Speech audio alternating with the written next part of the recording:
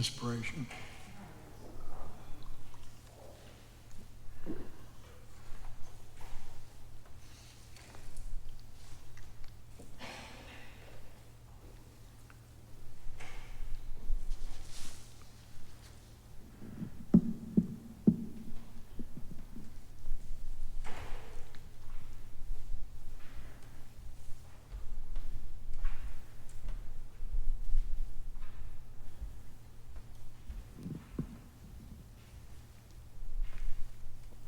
Okay. Good morning and welcome to the 11:30 Columbus KTC Dharma Talk. My name is Lama Broadwater, and I have the privilege of being able to teach here. I'm really appreciative of the fact that you are here today. The fact that you came is meritorious in itself. You could have done a lot of other things besides coming here. There are a million different distractions out there in the world. It's still a very beautiful day. You could have been doing something else. So thank you for coming. We don't have the kind of difficulties that maybe our lineage masters had in getting the dharma, but we have our difficulties. And it's overcoming those difficulties, whether it's just getting out of bed, that makes this a meritorious thing for you to do. So again, thank you all for being here this morning. We'll begin by taking refuge. If you don't mind, it's on the laminated sheet, and it's the refuge prayer. And we'll say it in English, and we'll say it 3 times. In the Buddha, the Dharma, and the assembly most excellent, I take refuge until I reach enlightenment. By the merit of generosity and other good deeds, may I achieve enlightenment for the sake of all beings.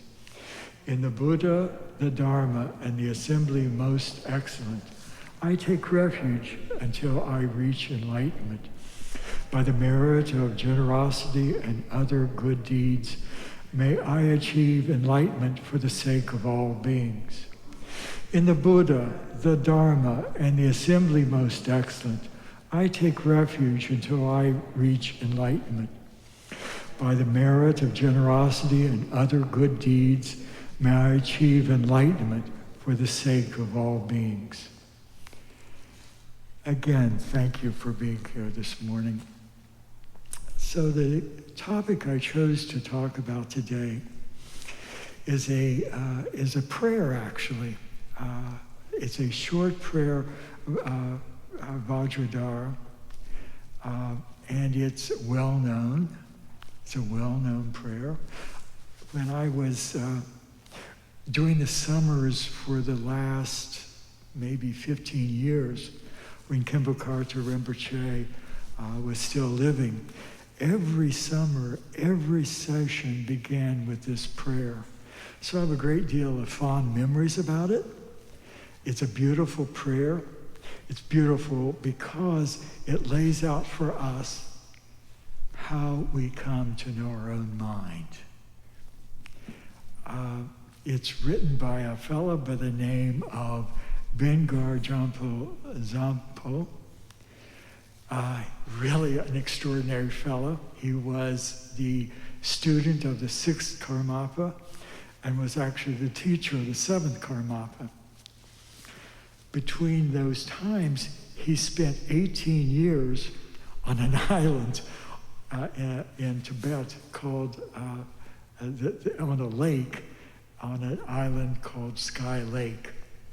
I happen to have had the privilege of seeing that place. It's a very sacred place, but can you imagine meditating for 18 years? So out of his realization, he wrote this prayer. And so it's rich in that respect. So, so when we say it, we're getting the blessing of someone who spent all that time getting realized, you might say. So let's take it out. It's in the red book, the first prayer. And if you don't have a red book, there are 2 sheets. I think they will correspond to what the red book says. We're going to find that out, won't we? So let's begin, and we'll say it in English. Great Vajradhara, Chalopa Naropa, Marpa Milarepa, and Lord of the Dharma Gompopa, knower of the 3 times omniscient Karmapa, lineage holders of the 4 great and 8 lesser schools, Drikun, Taklun, Sapa, glorious Drupa, and others. You who have thoroughly mastered the profound path of Mahamudra, unrivaled protectors of beings, the Dakpo Kagyu. I pray to you, the Kagyu Lamas, grant your blessing that we may follow your tradition and example. Detachment is the foot of meditation, it is taught. Attachment to food and wealth disappears. To the meditator who gives up ties to this life, grant your blessing that attachment to ownership and honor cease. Devotion is the head of meditation, it is taught. The Lama opens the door of the profound oral teachings. To the meditator who always turns to him, grant your blessing that uncontrived devotion be born within. Unwavering attention is the body of meditation as is taught. Whatever arises is a fresh of thought. To the meditator who rests there in naturalness, grant your blessings that meditation is free from intellectualization. The essence of thought is dharmakaya, it is taught. They are nothing whatsoever, and yet they arise. To the meditator who reflects upon the unobstructed play of the mind, grant your blessing that inseparability of samsara and nirvana be realized. Through all my births, may I not be separated from the perfect Lama, and so enjoy the glory of the Dharma. May I completely accomplish the qualities of the path and stages, and quickly attain the state of Vajradhara.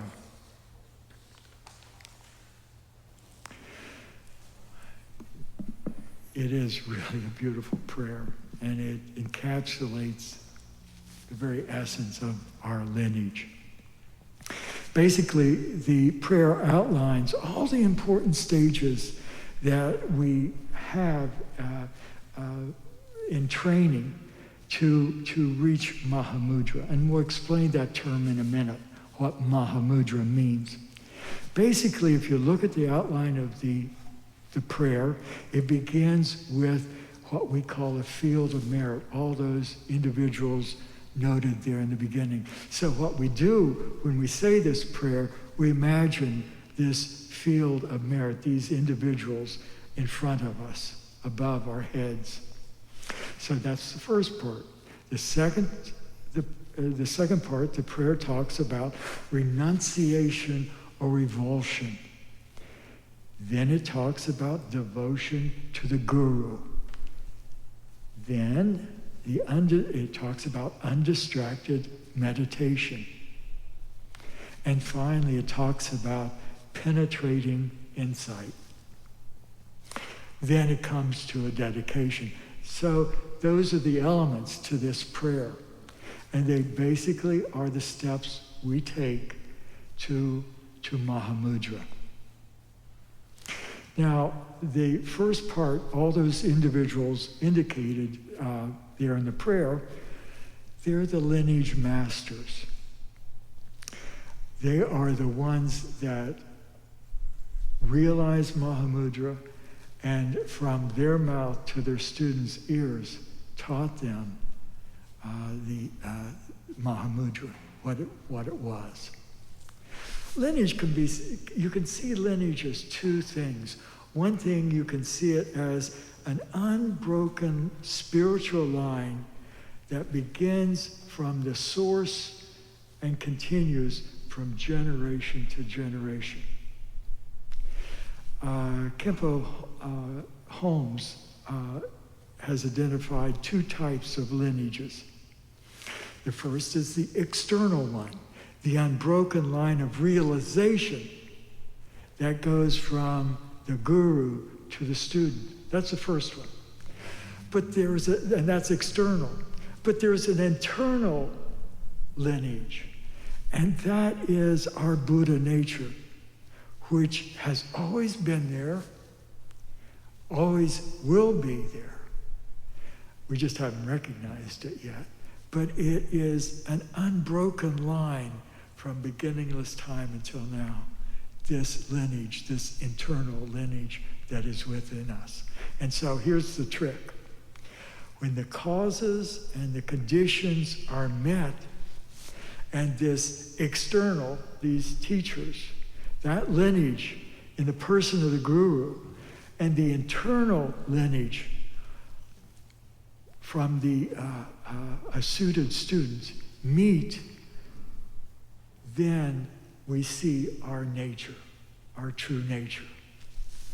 So the external, which is the teacher who has the lineage, points out to the worthy student the nature of their mind. That student gets it, understands, appreciates, realizes the nature of their mind. So this prayer is about how do we prepare for that day when we actually meet the teacher that points out the nature of our mind. This is all about that, how to prepare. So let's begin by looking at, first of all, let me tell you, I'm still working on this. I'm not there yet, so don't worry about that. You know, I'm not trying to tell you that by my teaching this that I'm doing anything else than repeating the words of masters. So let's define what Mahamudra is. First of all, it's the very heart of our lineage. And it emphasizes working with our mind. Mahamudra brings about a direct connection between you and your true nature. Elizabeth Callahan, a remarkable translator and a wonderful teacher, says, and I quote, Mahamudra is the nectar and the fruit of the Buddhist path. It is our mind's nature with its empty yet vivid presence. Empty, you know, if you look to see where your mind is, where is it? I mean, does it have a color, shape? I mean, what size is it? You can't find it. But on the other hand, you experience, so you have a mind. Now we can say these words, but to actually experience it takes a little bit more than that. So, and I continue to quote what she said, Mahamudra instructs us how to find that empty, vivid awareness within each moment, each thought, each breath. The term Mahamudra is used to refer to both the nature of mind and the techniques for its realization. So let's go back to the beginning of the prayer. In my last talk here, we talked about all those folks that are mentioned there. And we'll just do a brief review. The first, I call a person, but you really wouldn't call it a person. The first person mentioned is Vajradhara. And Vajradhara is the primordial Buddha that pervades everything and is the essence of all things, Khenpo Karthar Rinpoche referred to Vajradhara wisdom as the state of great unity. So the first person mentioned in the prayer is actually Tilopa. When Tilopa attained realization, his mind mixed with the state of wisdom of great unity, and in that state he received all the teachings of the Mahamudra from Vajradhara. According to our tradition, a lot of time passed between the time the Buddha spoke these words, gave these teachings on Mahamudra, and their wider propagation through Tilopa. So there was a time. And it was in Buddha's wisdom that he decided when the right time would be. So the next person is Naropa mentioned, and he's a student of Tilopa. He was a great scholar. Let's put it this way. Basically, Tilopa tormented Naropa in about every possible way he could do that. The story is that Naropa just wasn't getting it. So one day Tilopa just went upside the head of Naropa, hit him, slapped him, and he actually fainted at that point. And the story is that once he woke up, he got it. So there are a number of ways we get Mahamudra, but in the case of Naropa, he was slapped upside the head. So we could look at each person in this prayer, and we could see that each one of them struggled to attain realization. And so remembering these stories, it helps us realize that the hardships and the problems we have in learning Dharma, learning teachings, and getting towards Mahamudra, they're with a purpose. They're a means to genuine development. Khenpo Karthar Rinpoche said 30 years ago, if we can understand these difficulties we have learning about the Dharma, if we understand that and see these difficulties as a means to purify our karma, and if we mix these troubles with taking and sending, which is Tonglen, taking on the suffering of others and giving out our kindness and love. If we can mix all that together, then these very obstacles that we observe and experience getting towards realization, if we can do that, then that's an essential part of our practice. So it's not like, oh, I have to, I have to get through these obstacles to get. They're a part of the practice. Every great master had to go through problems. Why would it not be so for us? We're going to have trouble.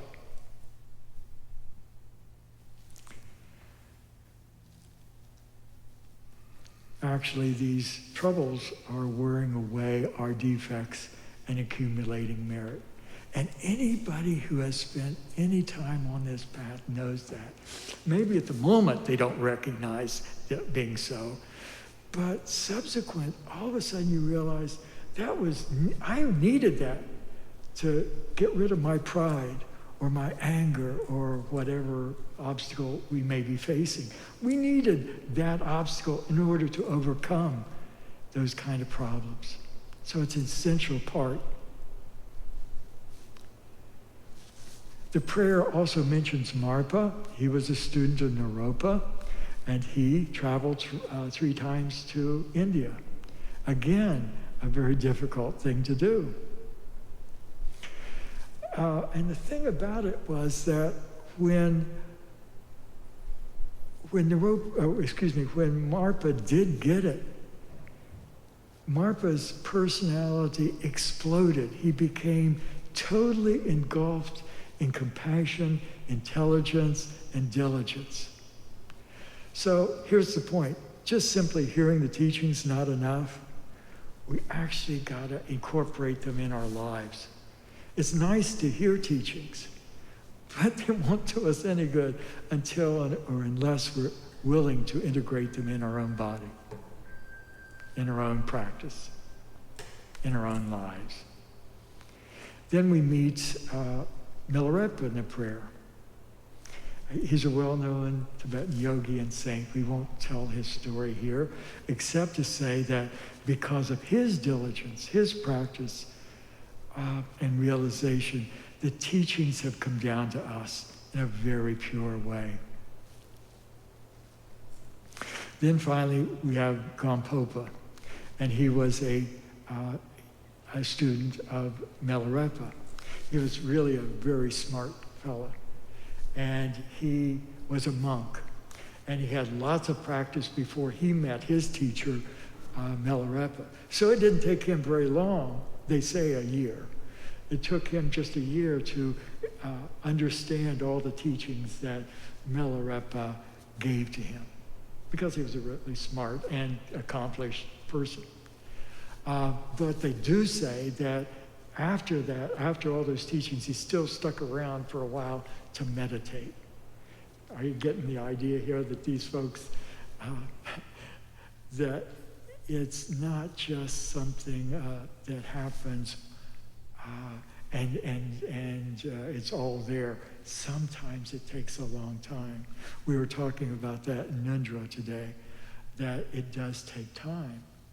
We have to familiarize ourselves, and familiarization is another word for meditation.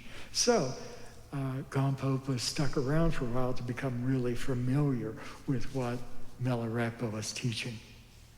And then the final person mentioned there is Dusam Khenpa. And we don't have the time to go into his story, but to make a long story short, he posthumously became known as the first Karmapa. And he is the holder of the lineage, and you might say, holds a leadership role within our lineage. And he passes that on to the next generation by way of tukul, by way of incarnating and in another life, because he has this great urge to teach and to carry on the lineage. So I'm going to read the next section, if I could. Detachment is the foot of meditation. Excuse me, I'm sorry, I'm wrong.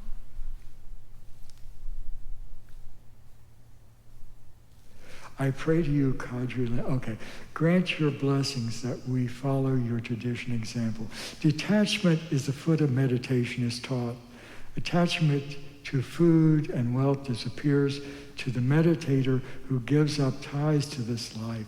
Grant your blessing that attachment to ownership and honor cease. So, what's this all about? In the prayer, the word is Shenlo.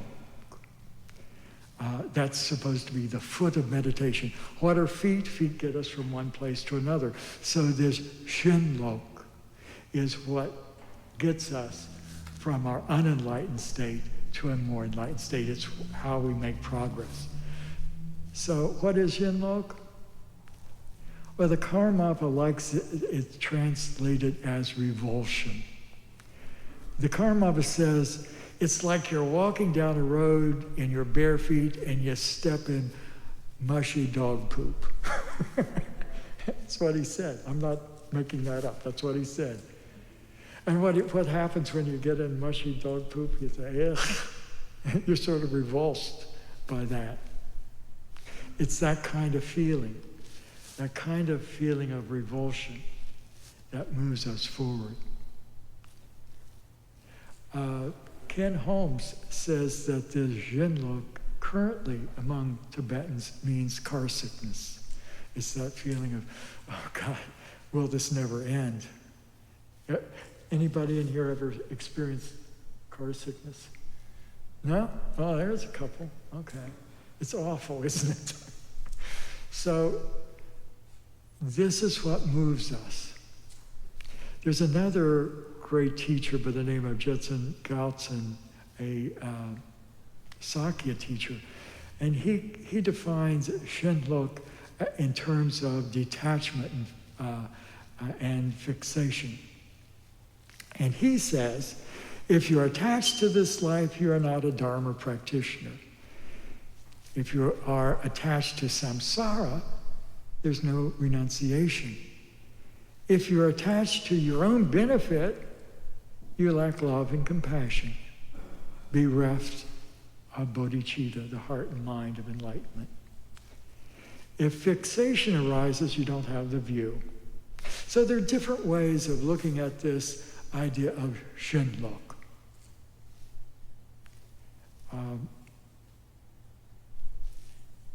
And the idea here is we can't strain ourselves for something we don't have. You know, I mean, that's discouraging. If I were to say to you, you must right now have complete detachment from worldly things, you would all get discouraged, get up and walk out, and I wouldn't blame you. There's no point in straining for something you don't have. So there are really people coming to Dharma centers or other places, spiritual centers. There's three types of people, according to Gampopa. The first type of person that comes into this room simply want to be a decent person. They come here because they yearn to be fully human, to be decent people. And those folks, they're revulsed by suffering they have inflicted on others and on themselves. And they want to avoid hurting themselves and other people. That's the first type of person.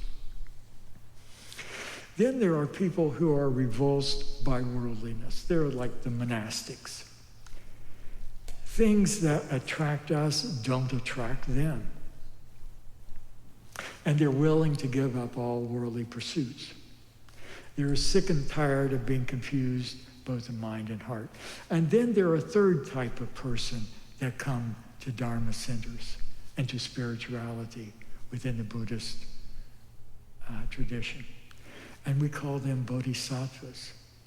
And they want to overcome suffering, not just for themselves, but for all beings. So there's really three types of psychologies working on here. There's decent people revulsed by harmful actions, things like killing. They even have a very strong sensibility about killing insects. They've developed that. But decent people still enjoy things of this life. And that's okay. The monastics, they're revulsed by worldly pursuits, both pleasurable and unpleasurable. And they don't care about being around bodies like us. They're revulsed by lust and attraction and those kind of things. And then the final person that we were talking about, the bodhisattva, that person is revulsed by what? Selfish ego. They see samsara as an endless cycle of suffering that's inside themselves, the negativity of their own kleshas. We have to be careful here, though, as bodhisattvas, and we're all aspiring bodhisattvas, right? We have to be careful about this. Revulsion about ego and how that is handled is really important. We have to be careful. It has to be done in a very healthy way. And the healthy way is to recognize that through all the crap we do and all the unskillful things we do, underneath there is this Buddha nature, So we treat our bodies well because they, for the time being, embody this Buddha nature. But we still are revulsed by all of our hatred, all of our lust, all of our anger. It repulses us, and we want to get away out of that. But again, at our center, our nature is open and spacious. We call it Buddha nature, you call it what you want. But there's that purity that is within us. So when emotions and negativity draw us away from this center, that's what causes revulsion in us, according to the Bodhisattva way. The fact is, in our training, we need to continually return to the center. You know, we may be swayed by our emotions from time to time, but we come back to that center. And it's a practice. We may have to do that 100 million times before we depart this world. But that's the practice of a bodhisattva. Lama Adam gave a talk recently on meditation on the dot. It's sort of that idea of returning to the center.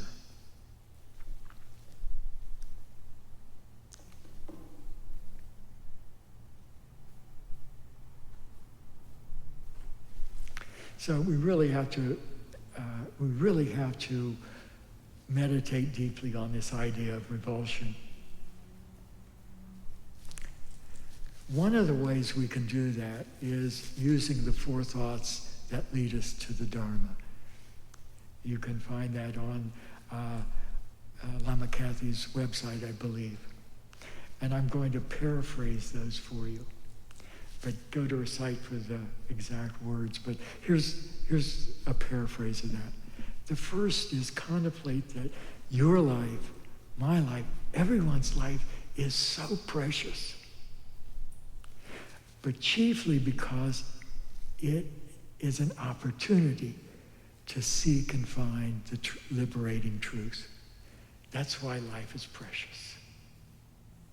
The second thing is we recognize life is very, very fragile. Any of us could walk out today and drop dead on the spot, run over by a car. You know, I could have a heart attack. You never know. Life is that fragile. And it's good to think about that once in a while. Because if we think about that once in a while, we're not going to waste our time. We'll be more like Milarepa. Maybe not like Milarepa, but more like him.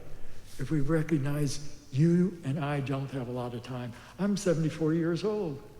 And I don't believe it. I feel like my mind is like a 25-year-old. I'm thinking, where did all those years go? Life is short and it's fragile. Let's not waste our time. Let's pursue what's true. The next thought is our actions have consequence. We need to be aware of what is happening in our mind. We question ourselves to see what actions we perform and thoughts we think. And are those bringing us closer to the truth or further away? Are they bringing us closer to freedom or are they bringing us closer to fixation? Finally, the fourth thought is that all the pleasures in this life, as the fourth thought says, is like the last meal of a condemned person. Think of that way. Every pleasure you have or have taken is like the last meal of a condemned man. Further, the only thing we're going to carry into the next world is the imprints of our actions in this.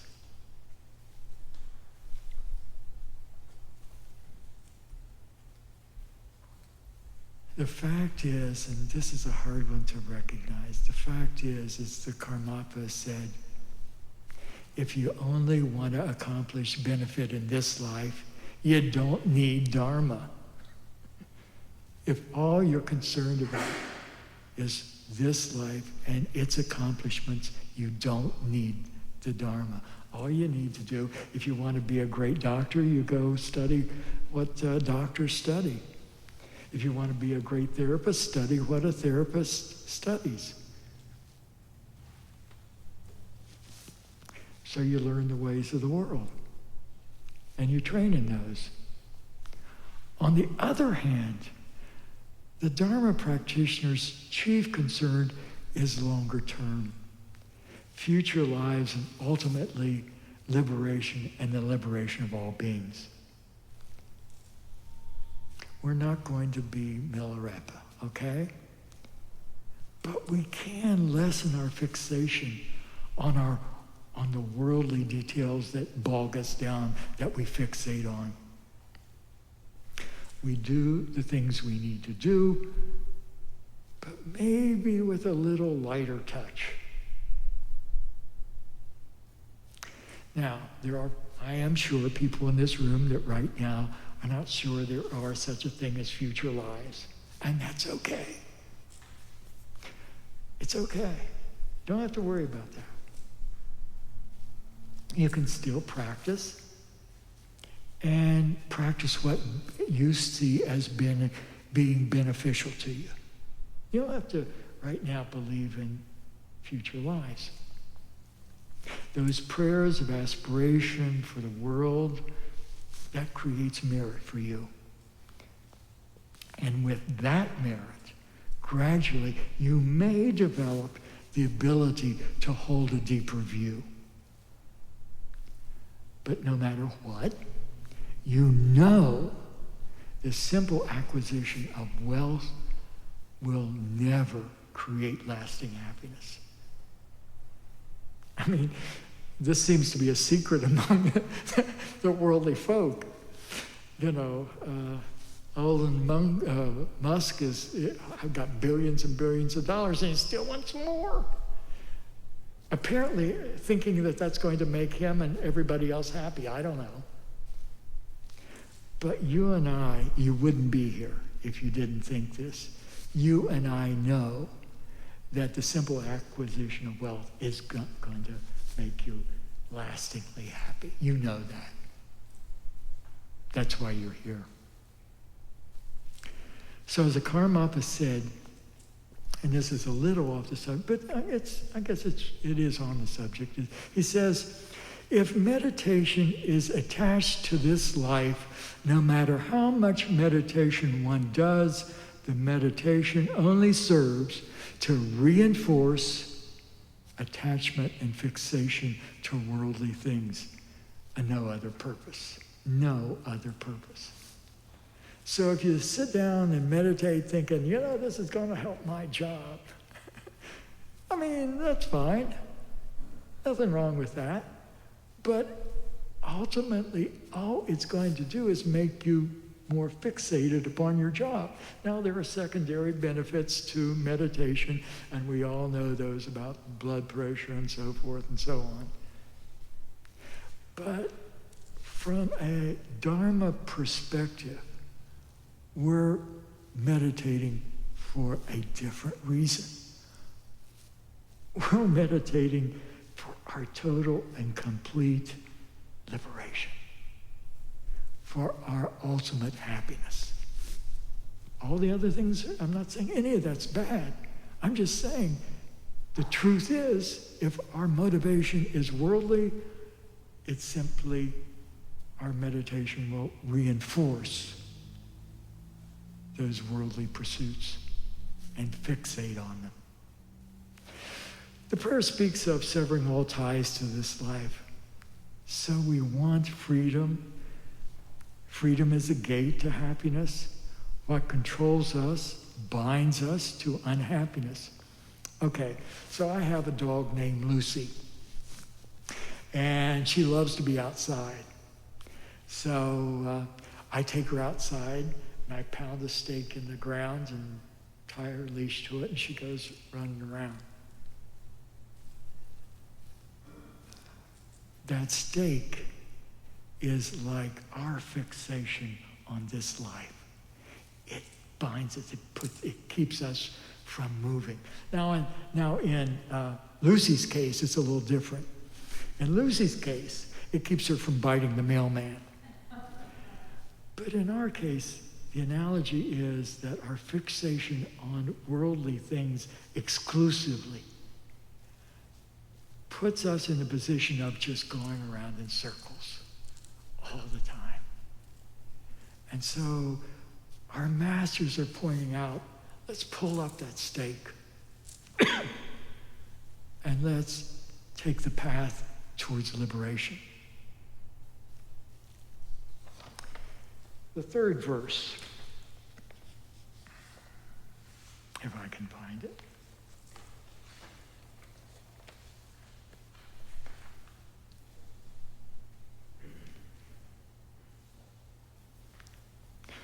Unwavering attention is the body of meditation, it is taught. Whatever arises is a fresh nature of thought. To the meditator who rests there in naturalness, grant your blessings that meditation be free of intellectualization. So what's that mean? Did I miss something? Yes, I did. I needed to go back to my problem right now is my glasses are fogging up. So I'm trying to read and read through fog. So let me go back. I'm sorry. Devotion is the head of meditation, it is taught. To the meditator who always turns to him, grant your blessing that uncontrived devotion be born within. Okay, so what does that mean?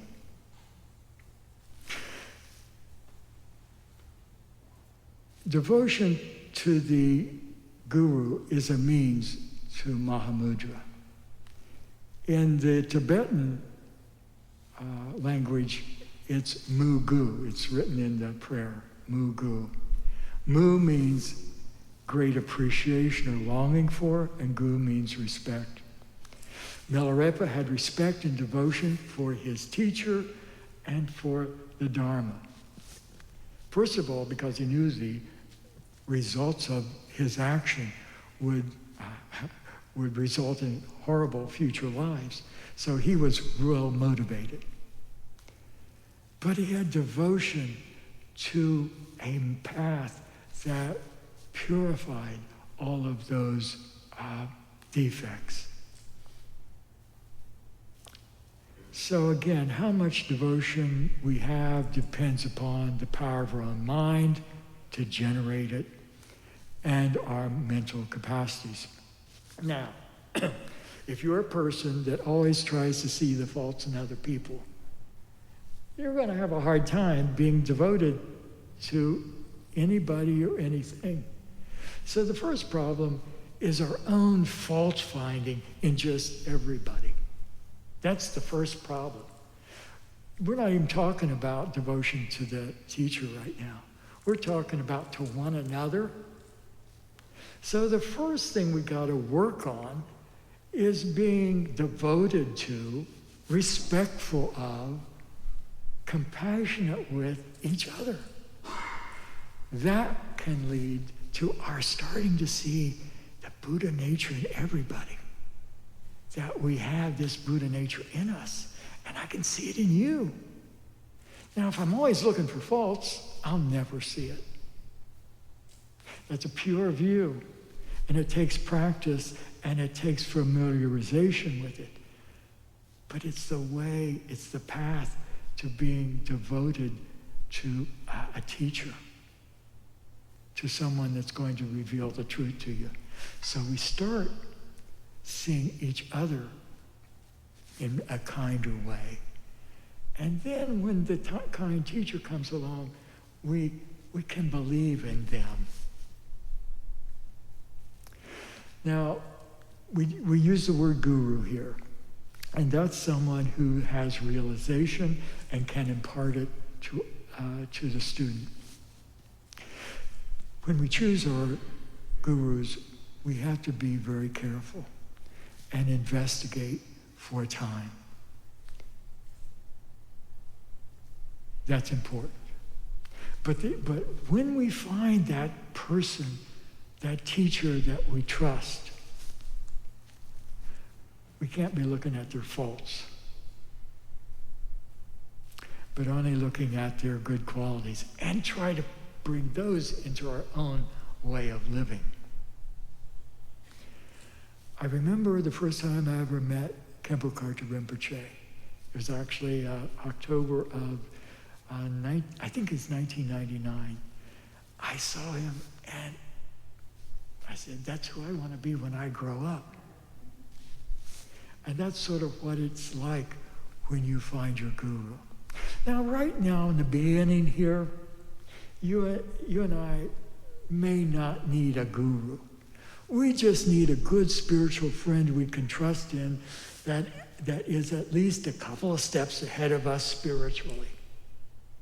So the folks downstairs that teach beginning classes, they'll admit to you as much as I admit to you that we're ordinary folk. But maybe we can help you because we're one or two steps ahead of you. And from that perspective, you can actually have devotion, respect, and love for those teachers also. They say in our tradition that simply having devotion can be sufficient. And that makes sense, doesn't it? If we find that realized teacher, recognize their qualities, and become truly devoted to them, we'll want to bring those qualities into our own self. And that's sufficient. Devotion can be sufficient. We want the qualities of the great teacher. So it's sort of like this. Our spiritual forefathers have prepared a meal for us. Everything's ready to be eaten, and it's our responsibility to eat. It's not their responsibility. They can't do it for us. So the next verse is about non-distraction. Let's see if I can find it here. Here it's called unwavering attention. Unwavering attention is the body of meditation. It is taught whatever rises is a fresh nature of thought. To the meditator who rests there in naturalness, grant your blessing that meditation be free from intellectualization. So that's the next step in our path towards Mahamudra, meeting our true self, our Buddha nature. And in this verse, it's called the body. It's the main part of Mahamudra. Any Buddhist practice we do in this building requires a certain amount of non-distraction. And some of us have it to a better degree than others, but some degree of it is necessary. So this section is really about shamatha. As the Karmapa says, holding positive intentions and views, while excellent, do not lead progress beyond an initial point. We need the quality of non-distraction. So how do we develop it? Well, there are two ways. One way is we could do like our spiritual forefathers and go off into meditation caves and spend 18 years. Not. I mean, who knows? Who knows, maybe, but probably not. We can, on the other hand, we can meditate every day. And we can aspire to do longer meditation retreats Slowly, slowly, slowly. You don't want to do something like I did. My first retreat, first time out, went to a 2-week silent retreat. Never had meditated before in my life. Not a good idea. Don't do that. I wound up with sore knees and saying, I don't know if I ever want to do this again. So begin that process of meditation slowly. But there's another way, according to the Karmapa. Besides doing our daily practice of meditation, there's something else we can do, and we do it off the cushion. We tend to think that off the cushion is non-meditation. So what we could do what we think about when we are off the cushion is, I can't meditate. And the Karmapa tells us is we might want to change that view. We might want to think a little different about that. Because not only did our spiritual forefathers go into long retreats, they also placed their awareness on the moving mind when it was moving, and awareness on the resting mind when it rests. That sounds a little complicated, so let me make that real simple. When you're walking, you're paying attention to walking. When you're eating, you're mindful of your eating. When you're doing work of any kind, you're mindful of that.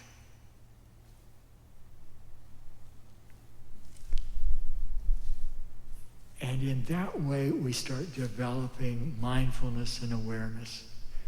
And those two are the guardians of our meditation. We're not trying to create any kind of special woo-woo kind of world. It's not out there. It is being mindful of what you are doing right now. It's an ordinary state we're trying to develop. So what we do off the cushion is submit ourselves to the discipline of being watchful and being mindful.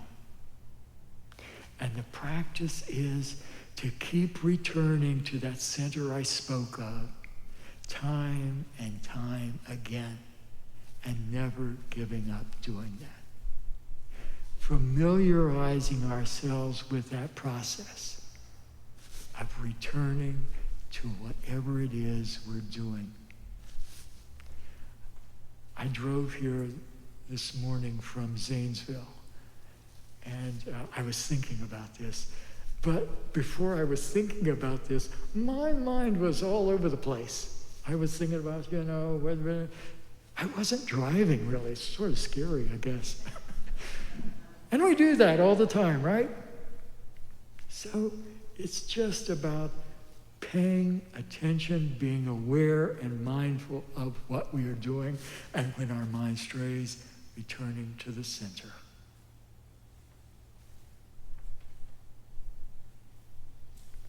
A 1,000 times, 100,000 times every day.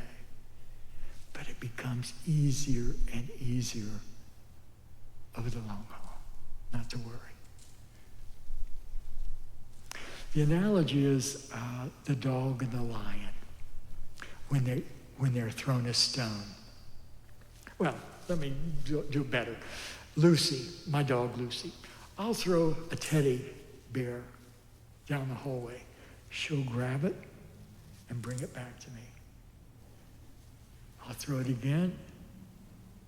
She'll run after it and bring it back. And she does that until she's exhausted. Now, if a lion were in my living room and I threw the teddy, would the lion go for the teddy? He'd go for me. So it's like that. It's like that. When thoughts arise, instead of rushing after them, return to the self. Return to the center. That's the practice. Now, the last verse I'm not even going to go into. And you know why I'm not going to go into it? Because it's about Vipassana. And I'm not really qualified to teach that last verse. Now, Kempo Urgen, who's coming at the end of the month, he could answer these questions about that. And I challenge you to ask him about that last verse. It's profound. And as I said this morning, I'm sort of like Naropa.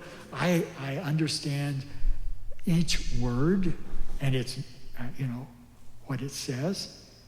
But do I understand the meaning of that verse? No. And to understand it, you've got to have experienced it.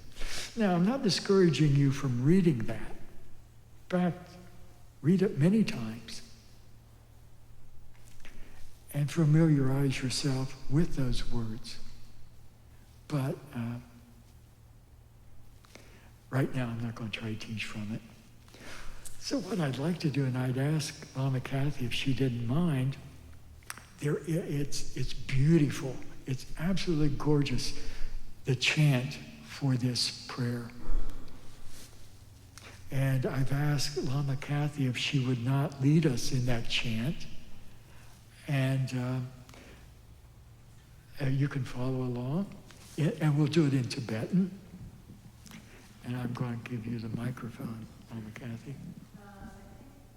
Can you hear me okay? Okay. His Holiness Karmapa has written a number of melodies for this. I'm going to give it my best. All right? Let's see if it works. It starts with Dorje Chan. Dorje Chan Chen Te Lo Na Roy Nam.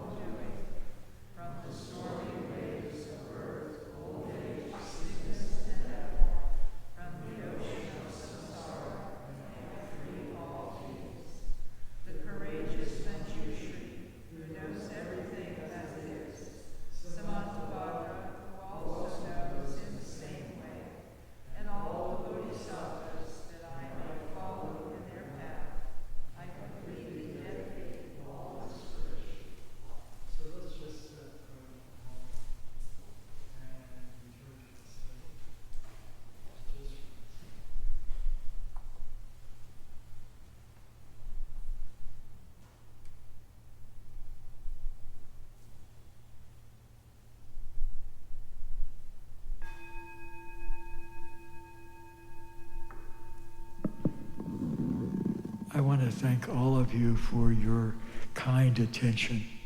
I wish you a really good week, and come on back and see us again. Thank you.